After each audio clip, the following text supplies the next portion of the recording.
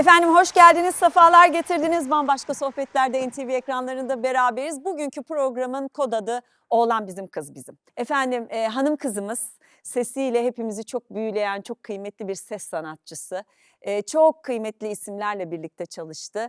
Ve şimdi de şahane şeyler yapıyor. Sosyal medya hesabından da çok güzel paylaşımlar yapıyor. Beyefendimiz de çok kıymetli bir uzman doktorumuz ama onun dışında aileden biri efendim. Eşimin okul arkadaşı, o yüzden torpilli. Joker kartı çok yüksek eşim beyden dolayı. O yüzden çok tanışmadık. Aslında telefonda şimdiye kadar konuştuk ama bildiğim kadarıyla, duyduğum kadarıyla çok kıymetli bir uzman. Dolayısıyla kendi alanından bilgilerini paylaşacak bizimle. Benim de merak ettiğim bir sürü soruya cevap vermiş olacak. Yani bugün doktor ayağınıza, müzik de ruhunuza iyi gelecek. İkisi de gelmiş olacak. Bir cümlenin peşinden gideceğiz. Confucius diyor ki, bilgi insanı şüpheden, iyilik acı çekmekten, kararlı olmak korkudan kurtarır. Efendim beyin ve sinir cerrahisi uzmanı Profesör Doktor Ahmet Hilmi Kaya ve müzisyen Ezgi Ayçe konuğum. Hoş geldiniz. Çok teşekkürler. Nasılsınız efendim? Çok iyiyiz, çok sağ olun. Senle benle olacağım da şimdi doktorluktan ötürü şey. Estağfurullah, estağfurullah. Çok teşekkür ederim. Çok sağ tatlı olun. bir insansınız. Çok güzel bir iş Anlatacağım. yaptınız. Çok sağ Detayları olun. da anlatacağım. Harika bir açılıştı. Canımın içi hoş geldin. Hoş bulduk canım. Buyurun lütfen. Nasılsınız? İyi misiniz? Süperiz. İyiyiz. İyisiniz. Sizi gördük, çok daha iyi Evet. olduk. Onu Harika bir enerji. Teşekkür ederim. Müthişsin, Ben bayılıyorum. mutlu oldum. İkinizi yan yana ağırladığım için çok mutlu oldum her Ne şeyden güzel. önce. Sevgili doktorcum, aslında beyin ve sinir cerrahisi uzmanlarına bunun sorulacağını ben de omuriliğimde bir problem olduğunda ve fıtık şüphesi olduğunda öğrenmiştim. Evet. Ama bel fıtığı ihtimalimiz olduğunda bizim direkt olarak size gelmemiz gerekiyor uzmanlık Doğrudur olarak. aslında, bizim alanımızdır. Şimdi siniri irite eder, sinire bası yapar bel fıtığı. Yani fıtık evet kemik dokusu Değil mi? arasında, omurga arasında bir yastıkçıktır. Hava yastığı gibi. Kuvveti absorbe eder. Evet. Bir takım mobilizasyon sağlar ama bu taştığı zaman direkt olarak etrafındaki sinir dokusuyla muhataptır. Doğru. Sinir dokusuna bası yapar veya kimyasal olarak orada bir takım reaksiyonlar yapar. Enflamasyon gibi, bası gibi. Dolayısıyla bizim primer siniri ilgilendirdiği için, siniri etkilediği için Tabii. ve sinir etrafında olduğu için primer olarak spinal cerrahinin işidir. Bizim işimizdir, beyin cerrahisidir ama kısmen ortopedide de spinal cerrahi eğitimi alan yapanlar vardır. Dolayısıyla belki ileride de spinal cerrahi bir dal olacaktır. Hani çok önemli değil ama özellikle spinal cerrahi beyin cerrahisinin bir alt bölümüdür. Ortopedide de vardır bu Evet kısmen. mesela ortopedi ve travmatoloji uzmanına gitmek gerekirmiş gibi ben Hayır, düşünürdüm. burada şöyle. Değil, tamamen beyin ve sinir cerrahisi uzmanına İş bileni, gidilmeli. kılıç kuşanan onlar Tabii. da o işi yapıyorsa onlara da gidebilirsiniz. Yani spinal cerrahiyle ilgilenen bir uzman. Uzmanlığı Çünkü bunların çoğu olmalı. ortak oluyor artık bir raddeden sonra üst dal gibi Tabii. birlikte yapılan bir şey ama bizde beyin cerrahisi de rutindir spinal cerrahi. Ay, ne Bizde kadar hangi beyin cerrahisine giderseniz gidin eğitimi temelden alınmış bir konudur. Ama ortopediye de haksızlık etmeyelim şimdi. Tabii. Hani onların da gayet güzel bu işlerle ilgilenen şeyleri var. Canım Ezgi'cim nasılsın hayatım? İyiyim bir tanem, sen nasılsın? İyiyim, neler oluyor görüşmeyeli? Vallahi çok güzel şeyler oluyor son oluyor, bir yıldır. anlat. Bir kere geçen yıldan bu yana yeni bir format hazırladım sosyal medya için. Tamam. Görmüşsündür belki Gördüm, sen de. bayıldım. Oradaki konseptten yola çıkarak yeni bir albüm, arka arkaya gelecek single'lar, yeni şarkılar, benim yazdığım yeni şarkılar, işte makyaj yapıyor gibi gözüken ama tıkladığında şarkı söylediğim, ben şimdiye kadar hiç görmedim yapan, yani ilk olduğumu düşünüyorum. Böyle değişik bir formatla merhaba dedim ve bu beni gerçekten hareketlendirdi her manada.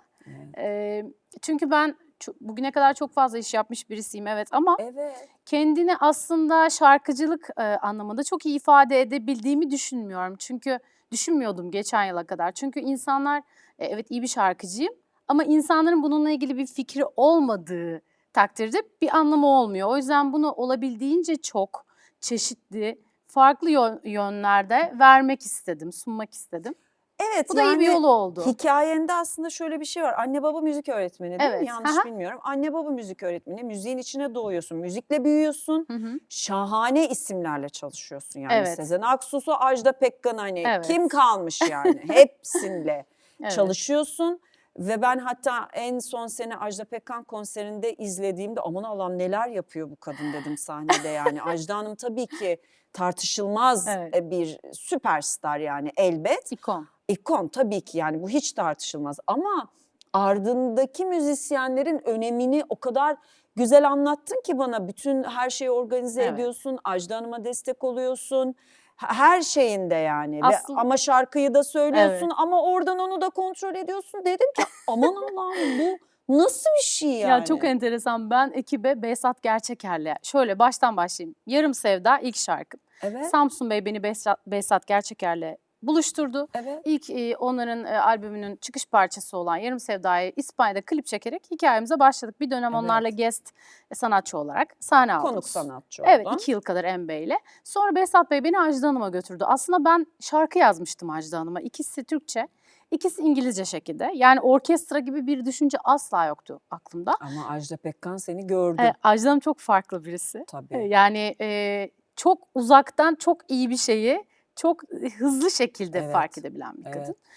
Dedi ki burada kalabilir misin hani bizimle? Harbiye var hemen 10 gün sonra. Olur dedim. Öyle bir başladık. Yani normalde benim back vokallik kariyerim yok. Back vokallik başka bir kariyer. Ha. Çok saygı duyduğum yani Çok. şarkıcılık, lead vokallik, öndeki vokallik başka bir kariyer. Back vokallik başka bir kariyerdir. Benim back vokallikle ilgili bilgim var. Şuradan bilgim var. 4 yıl Boğaziçi Jazz Korosu'da dünyayı gezdiğim Ne için. güzel korudur o da. Evet, çok sesli müzik, üçlüler, beşler bunları yapmaya Muhteşem. çok aşinaydım ve böyle müzikler dinlediğim için çok ona böyle yeteneğim vardı bu işe. Ama aslında solo kariyerim haldır haldır gidiyor. Back vokal olmayı kimseye düşünmezken sadece Ajda Hanım'a ilk ve son tek Evet, olarak evet. Ajda Hanım'a yaptım. Bir girdim yanına 7 yıl çıkamadım. Müthiş bir şey. Mutlulukla, keyifle. Sadece bir de sonra da back vokallik dışındaki her şey. İşte konser playlisti, aranje edilecek şarkılar, saatler süren stüdyo çalışmaları, birlikte şan dersleri. Ondan sonra birlikte O hala her gün şan dersi alıyor her değil gün mi? değil, Ne her gün kadar- zor. Haftada 1 ya da 2 almanız kafidir ama her konser öncesi alır. Bayıldığım bir disiplin. Maşallah. Sporuna hala yapabildiği Evet. kadarıyla dikkat eder. Yemesine içmesine zaten çok dikkat Evet. eder. Ama müzik disiplini benim için herhalde Türkiye'de hoca olabilecek en iyi örnekti. Ben öyle, Bana nasip oldu onunla evet çalışmak. yani ben öyle duymuştum. Konser dönemi her gün şan dersi, konser yoksa hiçbir şey yapmıyorsa en az haftada 2 şan dersi. Evet. Ne beden aktivitelerini bırakıyor sporunu ne Evet. şans yani sonuçta ses telleri de kas. Evet. Hep çalıştıran müthiş Çok bir önemli insan. konserler, çok büyük konserlerde her gün şan dersi. Evet, Evet, kesin. müthiş. Bizde de öyle. Evet, Ezgi Ayça'yı tabii ki sosyal medyadan hemen takip etmenizi, bir araştırıp bu akşamki aile sofrasında baş köşeye oturtmanızı tavsiye ederim. Zaten yayının sonunda onun şarkısıyla, onun sesiyle veda edeceğiz ama eğer bilmiyor idiyseniz çok üzgünüm bu zamana kadar geçen zamana. Ama bugünden sonra hayatınıza katacağınız için bence çok mutlu olacaksınız. Zaten dinliyorsanız da şahane eserleriyle, yepyeni eserleriyle yine bizlerle olacak. Bu çok önemli. Ahmet Beyciğim. Evet. Şimdi beyin hastalıkları konusunda artık eskisi kadar korkmuyoruz gibi düşünüyorum. Çünkü modern anlamda modern nöroşirurji geliştikten sonra artık beyin ameliyatlarının birçoğu çok da riskli ameliyatlar Değil değil. mi? Normal ameliyatlar risk seviyesine gelmiş durumda. Tabii bizim işlerimiz biraz daha risklidir. Çok riskli olanlarımız da vardır. Evet. Ama genel olarak şöyle bir kavram söz konusu değildir. Beyinde bir hastalığım çıktı, bir tümörüm çıktı, bu iyi huylu. Bu kesinlikle bir sorun verir. Bu çok doğru bir kavram değil Yani günümüzde. neye Yani ne inanın? demek? Çok rahat, normal, tüm modern teknikleri kullanarak hiç sorunsuz bir süreç atlatma ihtimalimiz oldukça yüksek demek. En zorlandığın operasyon türü ne oluyor beyinde? Şimdi en zorlandığımız derken bizim çok zorlandığımız ameliyatlar Zaten vardır. siz var ya Hani- nereye sığdıracağımı bilmediğim Estağfurullah yani. doktor grubusunuz. Evet. Beyin cerrahisi yani of Hayat veren. of beyin Resmen. ve sinir cerrahisi. Gerçekten. Elin kaydı her şey değişti yani. Elin titredi konsantrasyonu da dağıldı. Hani hayat biter yani. Her şey size bağlı. Tabii Evet. her şey çok planlamayla bir defa. Evet. Yani o çok emek harcadığımız işler. Çok. Eğer işin emek boyutuna bakarsak hani saatlerce uğraştığımız çok iyi huylu olsa da tümörler vardır. Ama bizi esas zorlayan tedavisi, biz ne yaparsak yapalım çok etkin tedavisi olmayacak veya ameliyat etsek de aslında çok da fazla şans veremiyoruz. Bunlar bizi üzer veya yorar. Doğru. Yani işin psikolojik boyutu yorar diyebiliriz aslında ama yorulmak bizim işimizdir zaten. Diğer türlü yorulmak çok da umursadığımız bir şey değil. Kendisi çünkü bizim Tabii. mesleğin kendisi de biraz böyle. Bunun için yıllarca o eğitim alıyoruz. Öyle yapıyoruz, öyle davranıyoruz. Helal Yaşam olsun. tarzı haline geliyor artık bizde. Şapka Öyle söyleyeyim. çıkarıyorum vallahi. Estağfurullah. Peki şu son döneme gene dönecek olursak en sık rastladığınız beyinle ilgili problemler neden oluyor? Neyde artış oldu? Farklılık yaratan bir artış oldu mu ya da beyin rahatsızlıklarında? Belki farkındalık oldu. Şimdi radyolojik gelişmeler arttıkça bir takım bilinmeyen, zamanında anlaşılmayan tümörleri daha sık görüyoruz. Ama her zaman beynin metastazları çoktur. Mesela dışarıdan yayılan Evet, tümörler kanser ama gibi. gene kendi beyin tümörlerimiz içerisinde primer beyin tümörleri, beyin kaynaklı yine en fazla gördüğümüz malin, kötü huylu olan GBM ya da glioblastom dediğimiz Çoğaldı tümör mı? tipleri.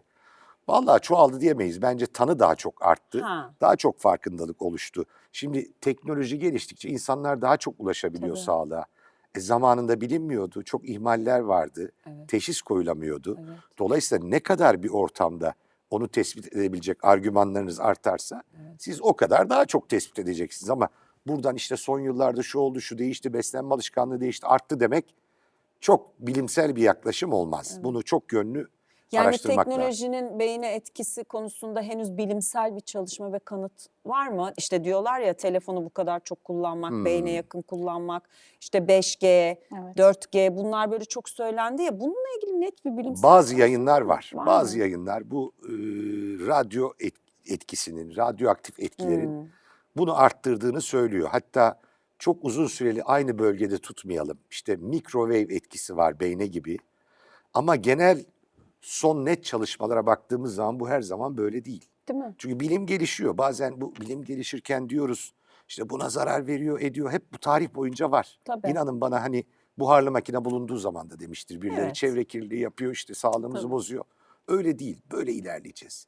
Öyle diyoruz ama bu bilimsel gelişmeler sayesinde de kanserlerin çoğunu tespit ediyorlar onkologlar. Doğru. Ve çok uzun yaşatıyorlar. Benim öğrenciliğimde işte %25 sene yaşam ömrü var denen bazı kanserlerin akciğerde, şimdi bazı tiplerinin ileri evrelerinin %38'inde kür sağlanabilir hale geldi.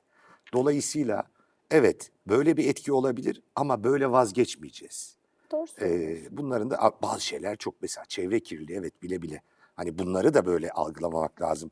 Toplumun da yanlış bir mesaj gibi olmasın. Yo zaten Ama yediğimiz içtiğimizi de saymak tabii lazım her şeyde böyle de şeylerde. her şeyde de çok şüpheci yaklaşmamız çok doğru bir kavram değil. Ay bende biraz o var. Ya olabildiğince dikkat etmek aslında benim Mutlaka. de titizlendiğim. Diyorum ki işte o Bluetooth bağlantıya hala ben kablolu kulaklık kullanıyorum mesela.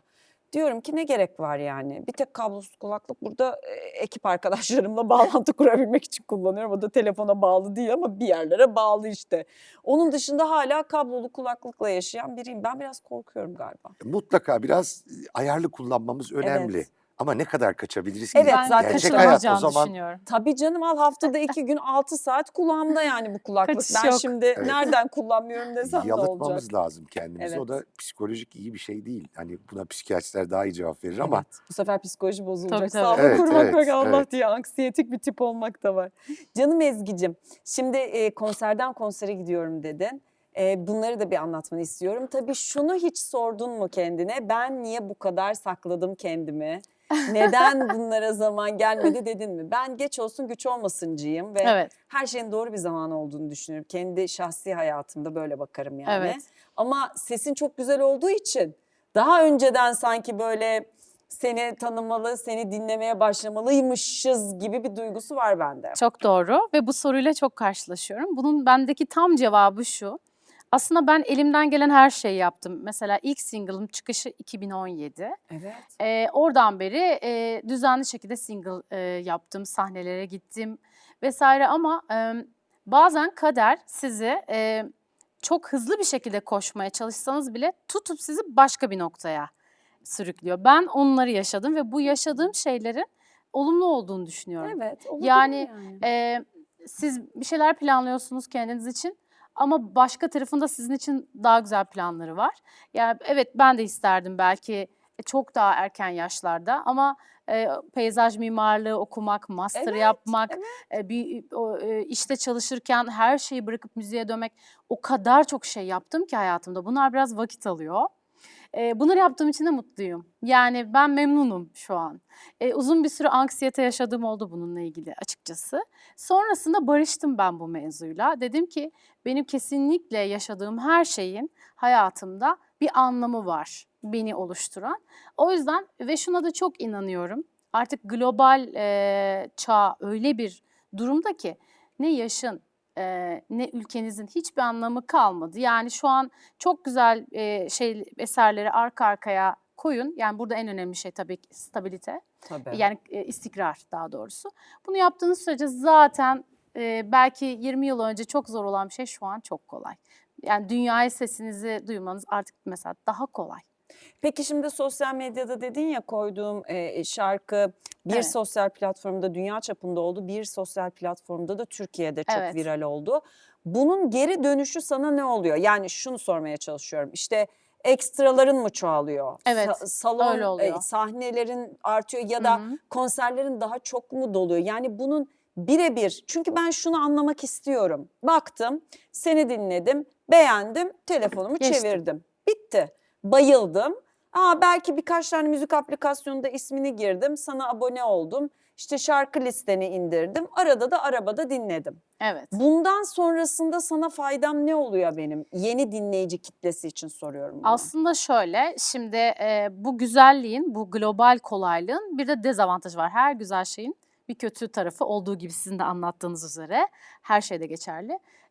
Burada kolay hareket edebiliyorsun ama artık herkes çok kolay hareket edebildiği için yani artık geçmişte 10 şarkıcı varken şu an binlerce şarkıcı var. Dolayısıyla kendini onların arasından nasıl sıyıracaksın? Bir, farklı olacaksın. İki, farklı olduğunu sürekli göstereceksin. Mesela bugün maalesef bu açıklamayı yapmak belki değişik ama TikTok'ta yoksanız hayatında mesela hayatta yoksunuz. Yani nefes almıyormuş gibi düşünebiliriz sizi. Ticari tarafı çok yüksek. Sürekli görülmeniz gereken bütün sektörlerde içerik üretmezseniz yani güzellik, iyi ses, fizik, yetenekler, çevre bunlar bir yere kadar. İçerik üretmezseniz hayatta yokmuş bir muamelesi görüyorsunuz. Dolayısıyla yaptığınız şeylerin o video viral oldu, evet. Beni beğendiniz, geldiniz, like'ladınız, paylaştınız. Tamam, çok güzel bugün ama yarın tekrar benim buna ihtiyacım var. işte. Dolayısıyla sadece çok Soluksuz, zor, soluksuz. soluksuz, çok yorucu, deli işi. Hayır, kafanı rahat Ee, yastığa koyma ihtimalin yok. Ben müziğe başladığımda bu iş böyle değildi. Sonradan evrildi ve ben analog kısmına da dijital kısmına da ayak uydurmak zorundayım. Evet. Yani benim geçirdiğim evrim daha yüksek aslında. Çok zor. Sobadan buraya geldik. O Hepimiz yüzden- soba başında kestane pişirirken şimdi Evet, nerelerdeyiz? O yüzden gerçekten bizim işimiz biraz zor ama seviyorsanız da bunsuz yapamıyorsanız. Yani müzik benim işim değil ki, yaşam biçimim. Tabii. O yüzden içindeyim. Peki Ahmet, burada sana tabii şunu da sormak isterim. Bizim artık değişen günlük rutinlerimiz, alışkanlıklarımız ve bağımlılıklarımız diyeceğim, artık hepimizde Evet. bir telefon bağımlılığı var. Vücudumuzda neleri değiştirdi? Yani bu işte boyun düzleşmesinden tut. Mutlaka. Çünkü biz bunları da uzmanlarla çok konuşuyoruz. Bütün formumuzda bir değişiklik oldu. Evet. Ama beyin ve sinir cerrahisi uzmanı olarak senin alanında Mutlaka. neler Şimdi oldu? boyun düzleşmesi hastalar çok gelir. Hocam bende boyun düzleşmesi var dediler. Hastalık değildir aslında. Omurgamızın bir yapısı vardır. İşte boyunda kuğu boynu gibi konkav bir açıklığımız vardır. Kifotik bir açıklığımız vardır sırtta. Belde gene.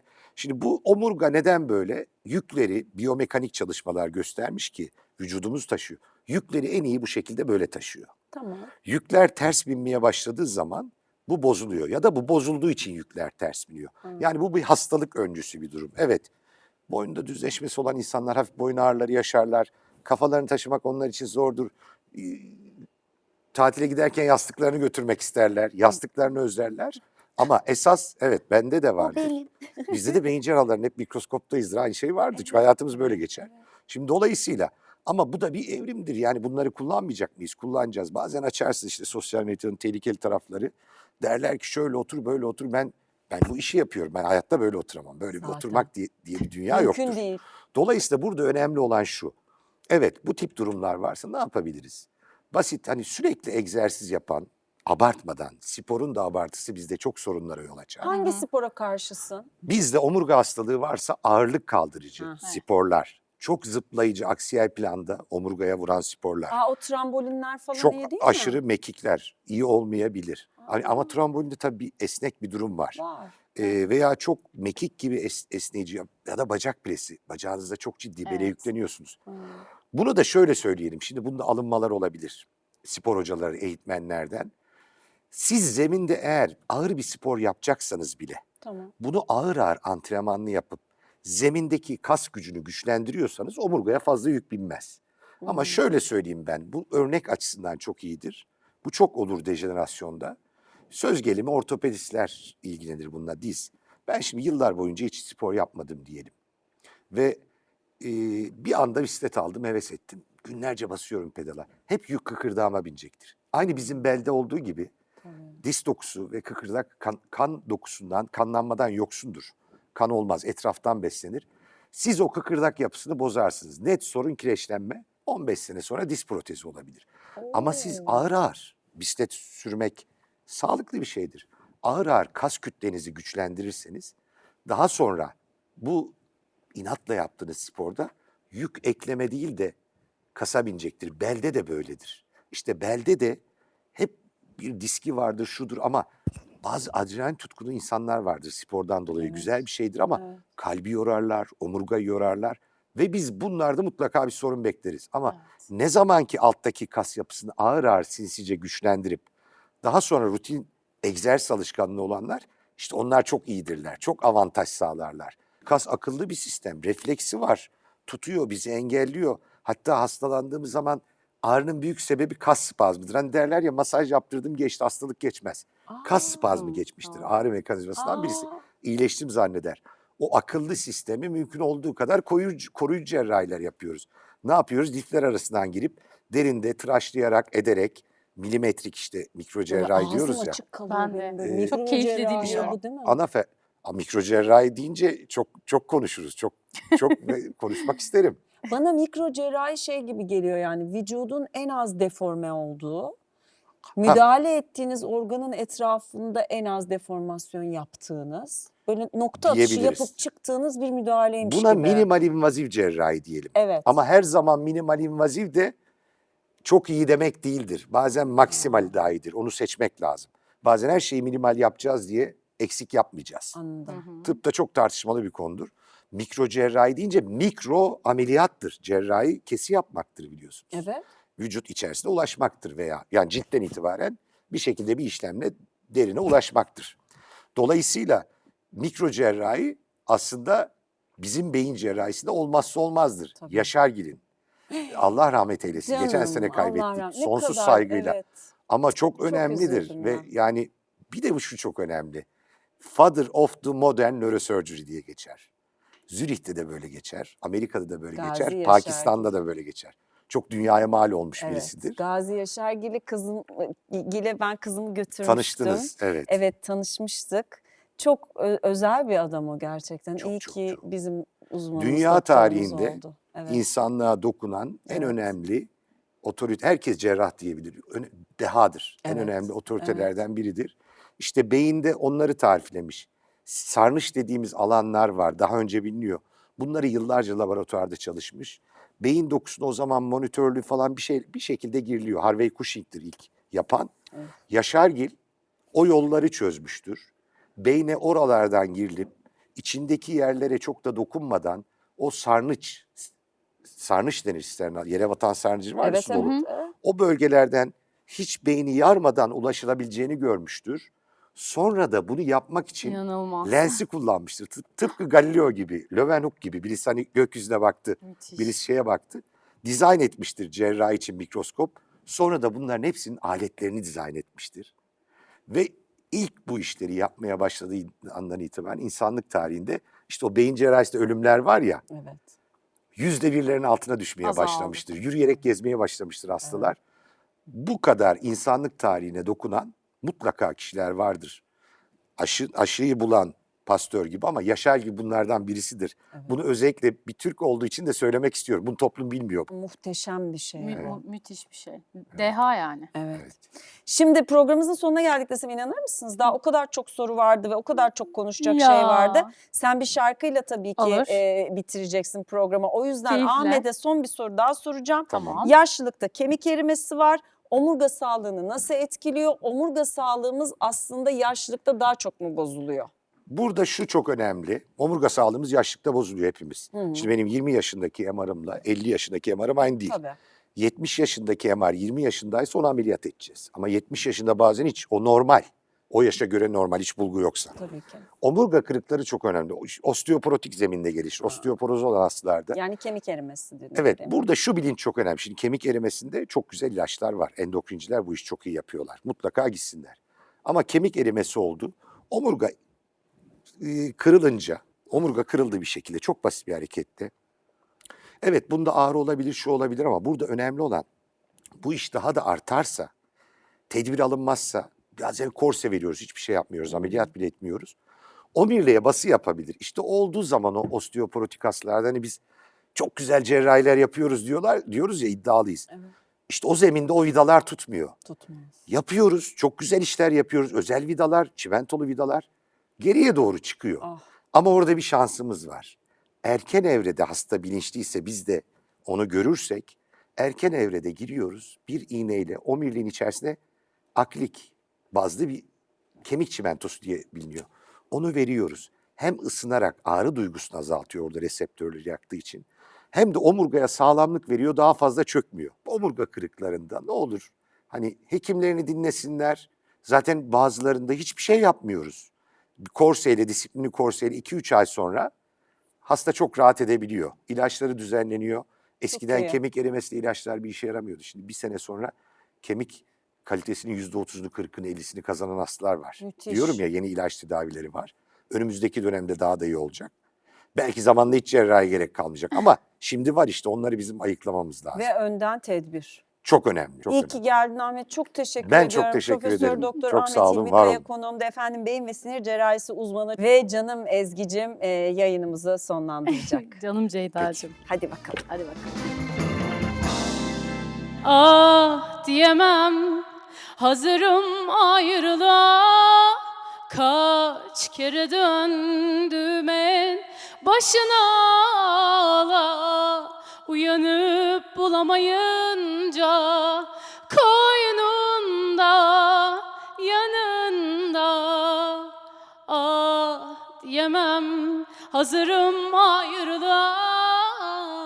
Kaç kere döndüm en başına ağla. Uyanıp bulamayınca koynunda, yanında.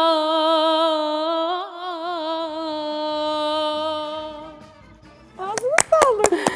Teşekkür ederim. Efendim bir başka bambaşka sohbetlerde tekrar bir arada olmak üzere. Öpücükler yolluyorum. Hoşça kalın.